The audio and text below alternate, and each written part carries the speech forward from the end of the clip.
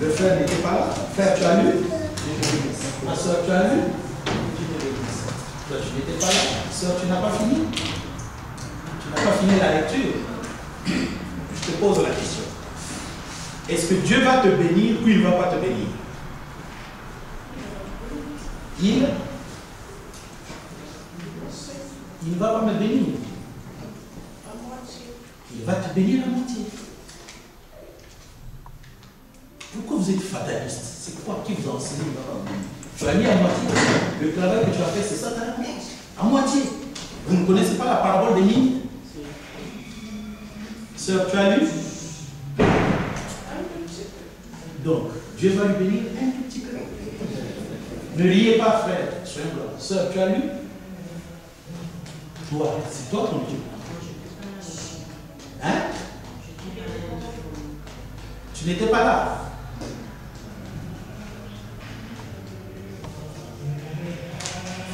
Tu as lu?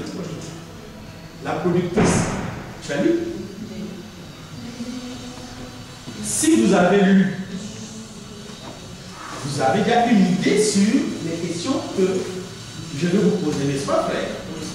Et donc, vous êtes en train déjà de comprendre où nous sommes là, pendant que je prêche là. Je ne sais pas si vous comprenez. C'est ça l'intérêt. L'intérêt, c'est que vous commencez à réfléchir et à grandir spirituellement. On grandit spirituellement pas en se disant j'ai une ancienneté dans l'église de tant d'années. C'est pas ça qui fait grandir. Ce qui fait grandir, c'est une semence que tu as reçue. Christ. Amen. Amen. Cette semence-là doit grandir en nous. Donc la semence que tu as reçue, c'est comme un bébé. Il faut qu'il grandisse et qu'il ait la maturité de sortir. Et quand le bébé est sorti, il faut qu'il marche à quatre pattes, qu'il marche et qu'il devienne grand jusqu'à ce qu'il devienne majeur, n'est-ce pas? C'est comme ça que la semence, la parole, doit grandir en nous. Maintenant, il va arriver le moment où Jésus va dire quels sont les quatre chemins ou quatre sortes de processus de développement de la semence. Les quatre semis, vous comprenez, non? Qu'est-ce qui peut empêcher la parole de Dieu de ne pas croître en nous? Frère, vous savez, aujourd'hui, on se plaint de ce qui se passe dans les églises. Oh, les pasteurs! Moi, quand on se plaint des pasteurs, je me plains du peuple.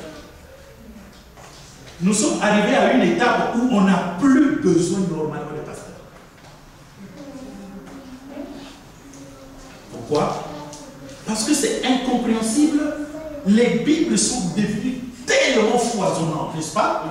On en trouve partout. Il y en a même qui partagent. Toute la connaissance est écrite. Les moyens de communication sont devenus très faciles. Je peux arracher 2 heures d'entretien avec Frère Arcamon. Oui ou non? Facile.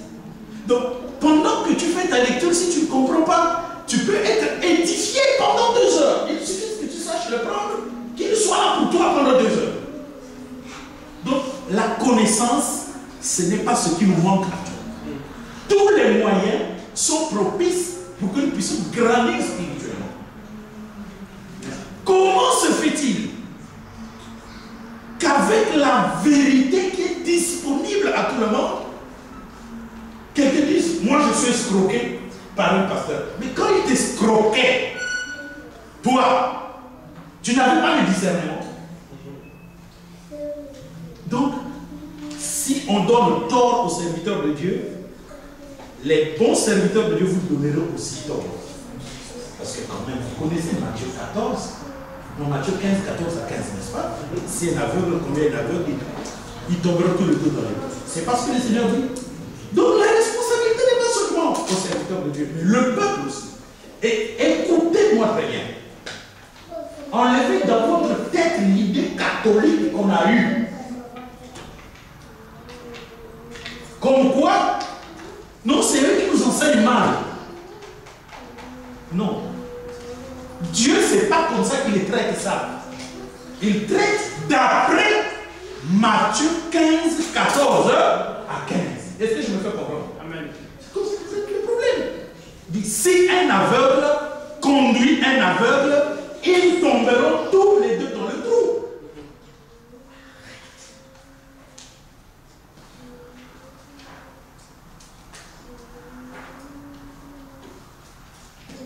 Donc pour que quelqu'un grandisse, il faut qu'il comprenne le message de Dieu.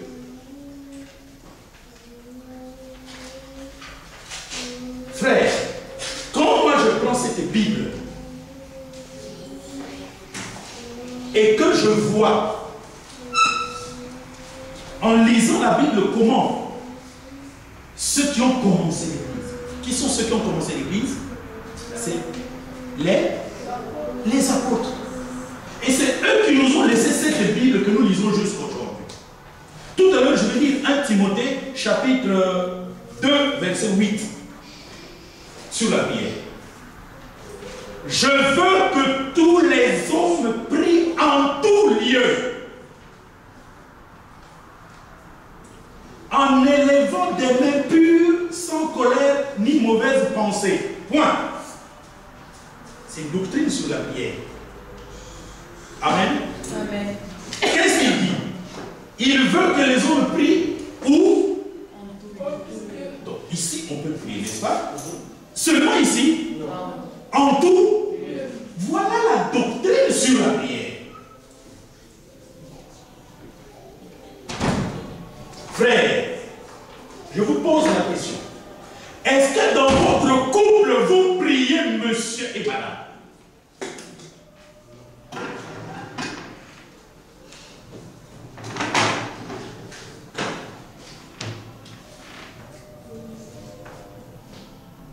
Oui, ma soeur. C'est pas écrit que monsieur et madame doivent forcément prier ensemble. Si, c'est écrit. 1 Pierre, chapitre 3, verset 7.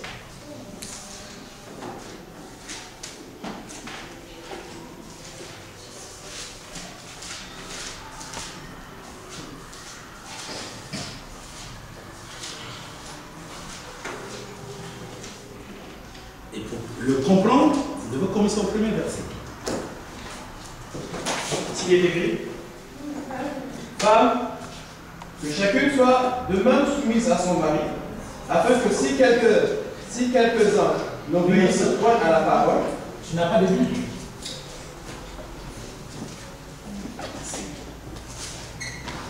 1 Pierre 3, ça se vers la fin. 1 Pierre 3, à partir du verset 1.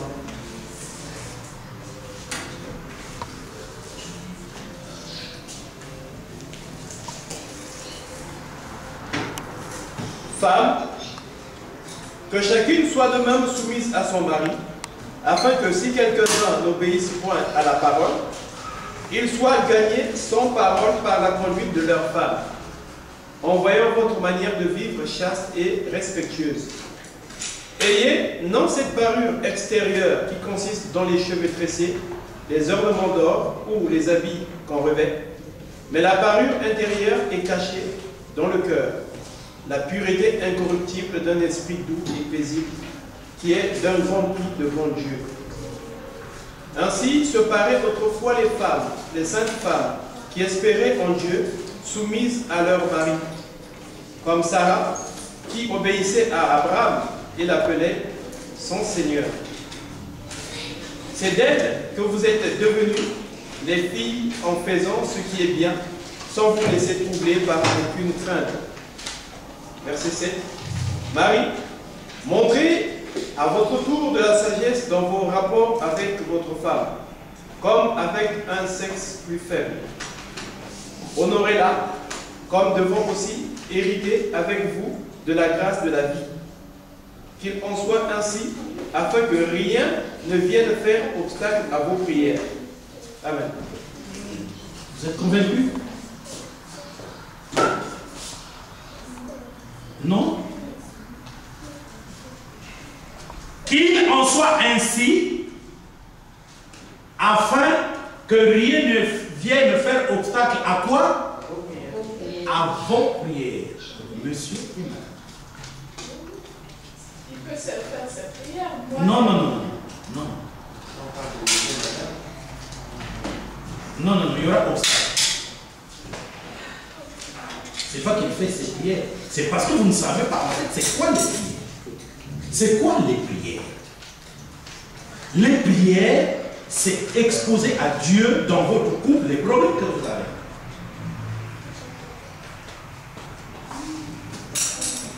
Les affaires ne marchent pas, les dettes, les factures.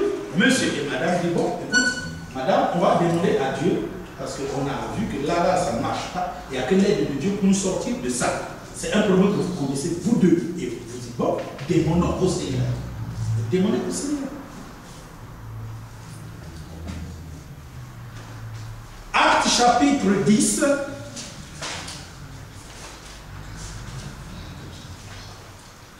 Verset 2.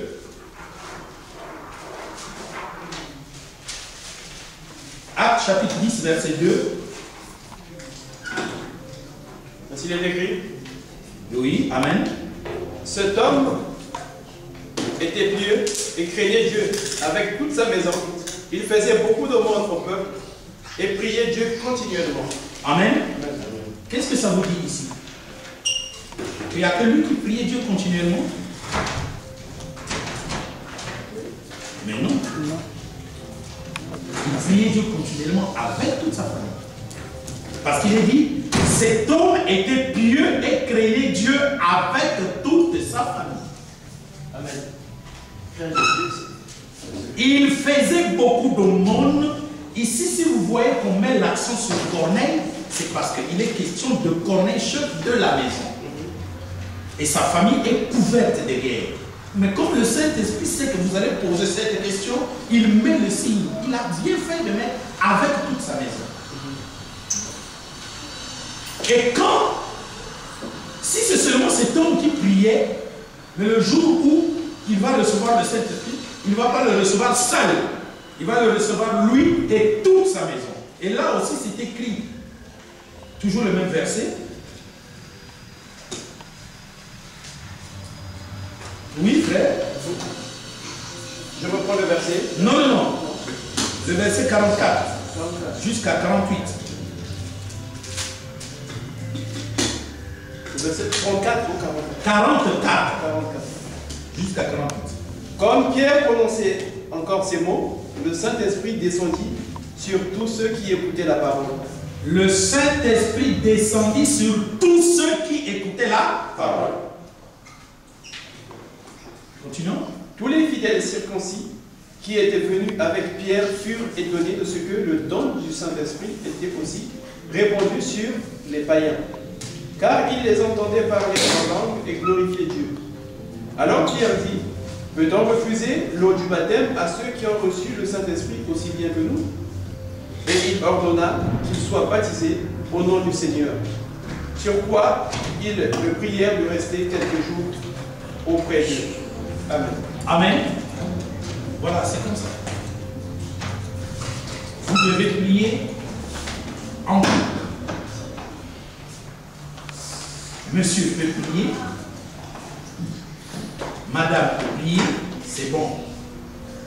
Maintenant, arriver au même niveau de prière. En fait, il faut qu'on vous dise c'est quoi un couple en Christ.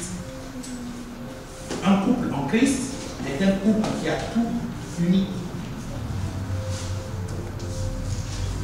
Si monsieur ne parle pas franchement à sa femme, la femme ne parle pas franchement au monsieur, c'est un couple européen. Ce n'est pas un couple en Christ. Vous qui aimez rire, c'est ça que je vais vous faire dire. Mais comment vous allez rire si on vous attaque? Et si on ne vous attaque pas, ce n'est pas de la prédication. Quand le frère en Christ va aller prier lui seul, il va prier, c'est bon, Dieu va l'écouter. Mais quand Dieu va se rendre compte que le frère en Christ esquive de prier avec la femme, Dieu ne va pas exaucer ses prières. Et la femme, quand elle va faire de même, si elle prie de bon cœur, c'est-à-dire que ça ne le concerne que lui, ça n'implique pas le mari, Dieu va écouter. Mais si ça devait impliquer le mari, mais qu'elle a esquivé de prier avec le mari, Dieu coupe la relation. Dieu n'est pas hypocrite. Est-ce que vous êtes en train de suivre? C'est ça un couple en Christ. Et donc, suivez-moi attentivement, quand vous êtes monsieur et madame en Jésus-Christ, c'est vrai que le salut est personnel. Mais dès que madame est sauvée, monsieur est sauvé, en tant que couple, leur salut devient collectif.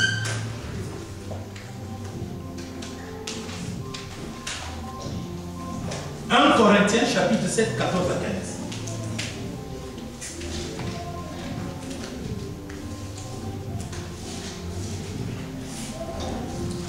1 Corinthiens chapitre 7, 14 à 15.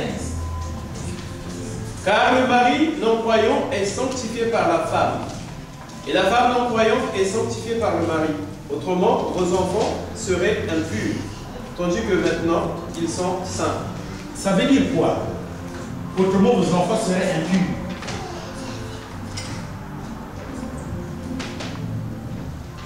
Ça veut dire quoi?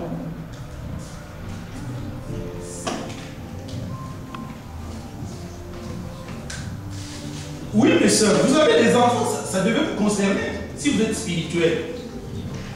Vous avez, c'est vous qui avez pondu les enfants, ça peut vous concerner. Ah bon, les enfants peuvent être impurs. On en parle là, reprends la parole, frère. Car le mari non-croyant est sanctifié par la femme, et la femme non-croyante est sanctifiée par le mari. Autrement, vos enfants seraient impurs, tandis que maintenant, ils sont saints.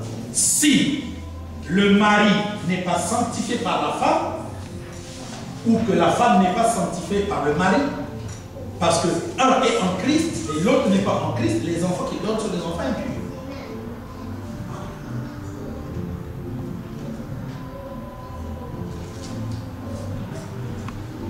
Maintenant, la grâce du Seigneur veut vous enseigner que monsieur est en Christ, la femme n'est pas en Christ. Il dit, vous pouvez vous marier. Pourquoi? Parce qu'il y a une grâce qui va agir. C'est que, comme monsieur est en Christ, et que la femme n'est pas en Christ, monsieur qui est en Christ va sanctifier la femme. Parce qu'ils sont mariés, ils sont unis. Leur unité a produit le salut de la femme. Et réciproquement. Maintenant, les enfants issus de cette union sont des enfants saints, que Dieu considère comme des enfants bénis. D'accord? En d'autres termes, si la femme est sorcière et que le frère est en Christ, les enfants qui vont produire seraient comment? Non, impurs. Parce qu'un sorcier est rattaché à une malédiction qui ne peut jamais s'enlever.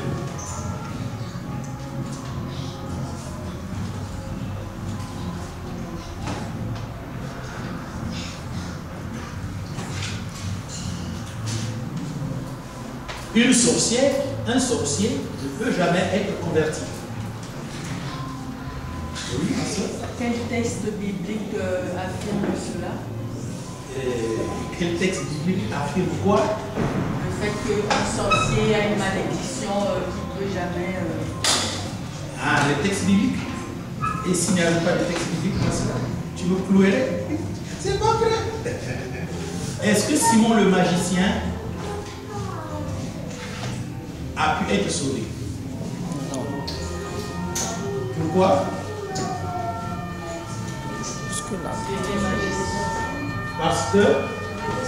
Parce qu'il était sorcier. Il était magicien et sorcier. Il ne pouvait pas se repentir. Et il n'a pas pu se repentir. Il n'a pas pu demander pardon à Dieu. C'est écrit. Quel texte biblique? Actes des Apôtres, chapitre 8. Tu commences à partir du verset 12 jusqu'au verset 25. Oui. Pourquoi la malédiction du sorcier prime sur l'enfant par rapport à la bénédiction de Dieu sur l'enfant? Pourquoi la malédiction que le sorcier a sur lui prime sur l'enfant, vient sur l'enfant, alors que la bénédiction que le frère ou la sœur en Christ ne prime pas? Pourquoi la malédiction prime sur la bénédiction?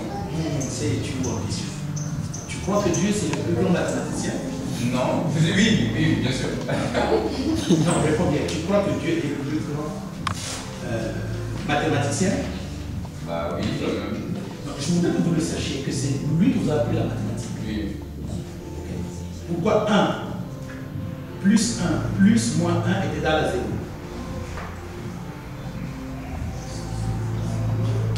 Oui. Plus 1 plus moins 1 est égal à 0. Parce que la négation l'emporte. Parce que la négation l'emporte. La sorcellerie est un blasphème contre le Saint-Esprit. La sorcellerie annule la puissance de la parole de Dieu. Bonne question, mon frère. Si j'avais l'argent, je te bénissais. Vous devez le savoir. Et c'est effectivement là le combat du ministère de l'établissement de toutes choses. Écoutez-moi très bien, mes frères, et vous qui me suivez. Jésus, quand il était ici, il ne s'entendait pas avec les pharisiens, les sadducéens, les scribes. Pourtant, les scribes, c'est un docteur de l'Ancien Testament. Pourquoi? Parce qu'ils ont remplacé l'Ancien Testament par les traditions. Et Jésus dit, les traditions annulent la parole de Dieu. C'est quoi? Annuler la parole de Dieu. C'est rendre la parole de Dieu inefficace. Donc la sorcellerie rend inefficace le salut.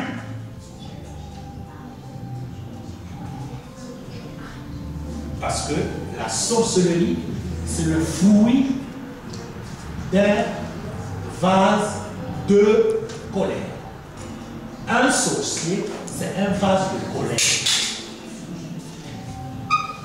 C'est-à-dire, nous avons une idée, une mauvaise idée de la sorcellerie. Nous confondons la sorcellerie à la magie. Simon, le magicien, était à la fois magicien. Et Pierre a découvert par révélation qu'il était sorcier.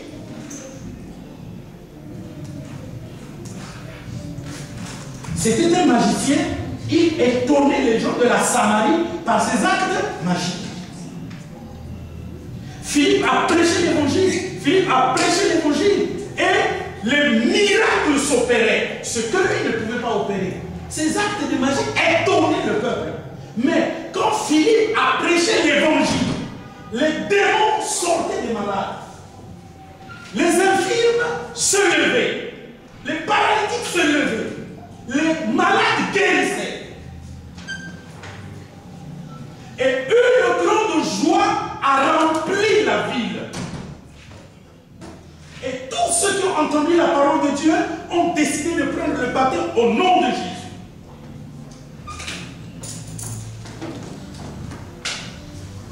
Et Philippe les a baptisés. Donc, au nom de Jésus. Simon le magicien aussi s'est fait baptiser donc au nom de Jésus. Donc il avait confessé ses actes magiques, n'est-ce pas? Parce qu'avant le baptême, il faut se confesser. Il a pu confesser les actes magiques. Et il s'est fait baptiser au nom du Seigneur Jésus-Christ. Quand Pierre et Jean sont arrivés et qu'ils ont jeûné pour le peuple qui a reçu la parole de Dieu, qui a reçu Jésus, lui, il ne s'est pas mis du côté de ceux à qui Jean et Pierre imposaient les mains pour recevoir le Saint-Esprit. Bien au contraire, il s'est mis du côté de Pierre et de Jean. Quand Jean et Pierre priaient, lui aussi il était là, debout. Ils ont fini d'imposer les mains aux gens, les gens ont reçu le Saint-Esprit. Lui, il était là debout. Et quand le service est terminé, il a dit, bon, prenez de l'argent. Donnez-moi le pouvoir d'imposer les mains sur les gens pour qu'ils soient remplis du Saint-Esprit.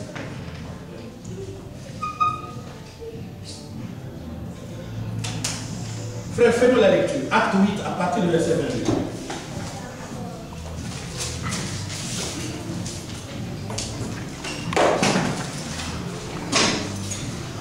Actes chapitre 8, verset 22. Réponds-toi donc de ta méchanceté. Remonte un peu à 21. 21. Il n'y a pour toi ni pas. Remonte un peu à 19. Ouais, 18. 18. Lorsque Simon vit que le Saint-Esprit était donné par l'imposition des mains des apôtres. Lorsque Simon vit, le Saint-Esprit est donné par l'imposition des mains aux personnes qui ont reçu Jésus. Le problème, c'est que ce que les églises font, ils tuent les gens. Écoutez-moi bien. Là, je ne parle pas à vous, je parle à ceux qui vous suivent. Tu arrives dans une église, on prêche, tu es content, c'est normal. On va dire, avance à l'autel, tu viens à l'autel. Le pasteur dit, je reçois Jésus comme mon Seigneur, comme mon Sauveur. Je suis sauvé. Non, tu n'es pas sauvé. Tu n'as pas reçu Jésus. Tu as entendu l'évangile. On t'a amené devant là. C'est tout. C'est un service. Mais ce n'est pas ça qui fasse que tu reçoives Jésus. Amen. Pour recevoir Jésus, il faut que tu confesses tes péchés. Amen. Il faut que tu sois baptisé d'eau. Au nom de Jésus. C'est en ce moment-là que la Bible dit, vous avez reçu Jésus. Or, ces gens avaient reçu Jésus. C'est-à-dire qu'ils avaient été baptisés d'eau au nom du Seigneur Jésus. Mais ils n'avaient pas encore reçu le baptême du Saint-Esprit. Donc, ils n'étaient pas encore sauvés. Le salut n'est venu que par le baptême du Saint-Esprit.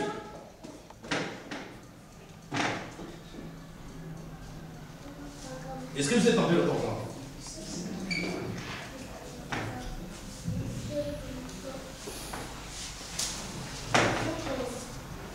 Et alors, Pierre et Jean, suivez-moi très bien, avec l'autorité qu'ils ont de pardonner les péchés des gens ou pas, ou de les retenir.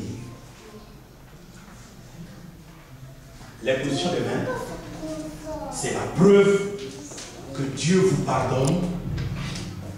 Et donc, tout ce que vous avez confessé a droit à une démonstration de la puissance du Seigneur sur vous pour que vous sachiez que Dieu vous a enterré. Et on lui dit, voici de l'argent. Et c'est ça qu'on est en train de dire. Amen. Suivons attentivement. Je reprends verset 18. Actes des apôtres, chapitre 8, verset 18. Lorsque Simon vit que le Saint-Esprit était donné par l'imposition des mains des apôtres, il leur offrit de l'argent en disant, accordez-moi aussi ce pouvoir afin que celui à qui j'imposerai les mains reçoive le Saint-Esprit. Mais Pierre lui dit, que ton argent périsse avec toi, puisque tu as cru que le don de Dieu s'acquérait à prix d'argent. Il n'y a pour toi ni part ni lot dans cette affaire, car ton cœur n'est pas droit devant Dieu. Dans quelle affaire?